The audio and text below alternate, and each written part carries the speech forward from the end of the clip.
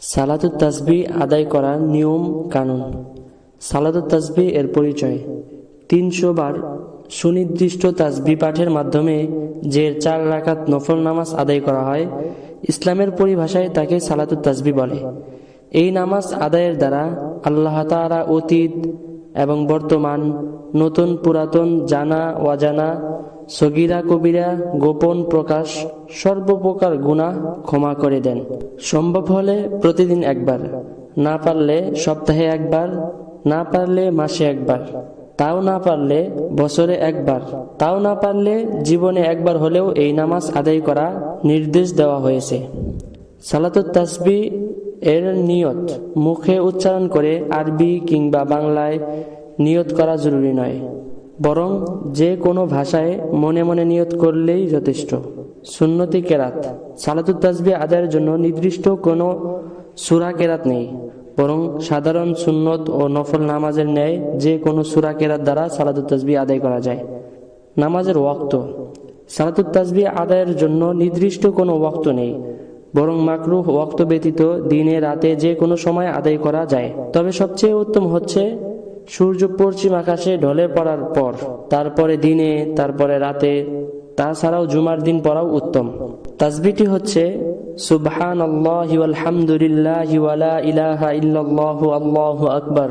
আবার বলছি, সুবহানাল্লাহি ওয়াল হামদুলিল্লাহি ওয়া লা ইলাহা ইল্লাল্লাহু আল্লাহু আকবার।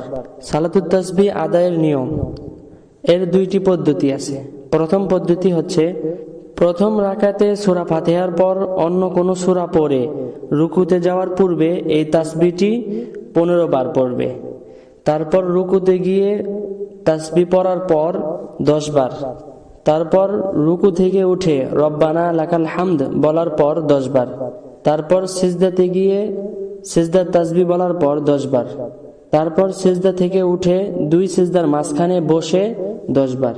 তারপর দ্বিতীয় সিজদায় গিয়ে সিজদার তাসবিহ পড়ে 10 বার। তারপর দ্বিতীয় সিজদা থেকে উঠে বসে 10 বার।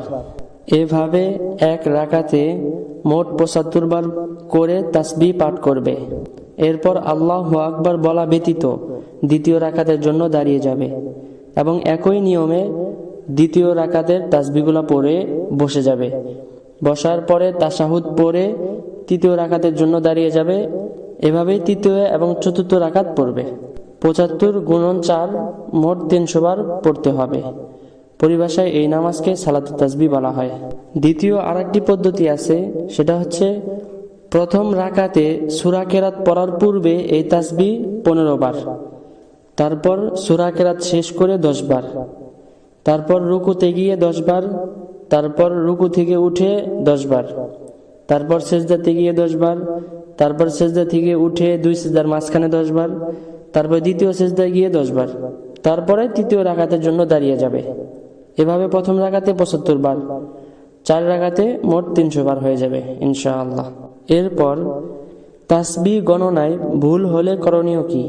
এই নামাজ পড়ার সময় যে কোনো স্থানে তাসবিহ পড়তে সম্পূর্ণ ভুলে গেলে অথবা নির্দিষ্ট সংখ্যার চেয়ে কম পড়ে ফেললে পরবর্তী রুকনে যে রুকনে স্মরণ হবে তা পুরো করে নেবে। যেমন রুকুতে পড়া না হলে সিজদায় গিয়ে 10-10-20 বার পড়ে নেবে। মোট এভাবে 4 রাকাতে 300 বার পুরো করলেই হবে, তবে বেশি হলে ক্ষতি নেই। এভাবে আমরা গণনাগুলো কিভাবে স্মরণ রাখবো? তাসবিহ হিসাব রাখার জন্য আঙ্গুলে গণনা করা যাবে না, তবে আঙ্গুল চেপে স্মরণ রাখার অনুমতি আছে। তাছাড়াও তাসবিহ হিসাবে গরমিল হওয়ার কারণে সিজদায়ে সাহু ওয়াজিব হবে না। আল্লাহ তাআলা আমাদের সবাইকে সহিহ তরিকায় নামাজ আদায় করার তৌফিক দান করুক, আমিন। ইসলামিক সকল ধরনের শিক্ষণীয় ভিডিও পেতে আমাদের চ্যানেলকে সাবস্ক্রাইব করুন এবং আপনার প্রিয় বন্ধুকে শেয়ার করে দিন।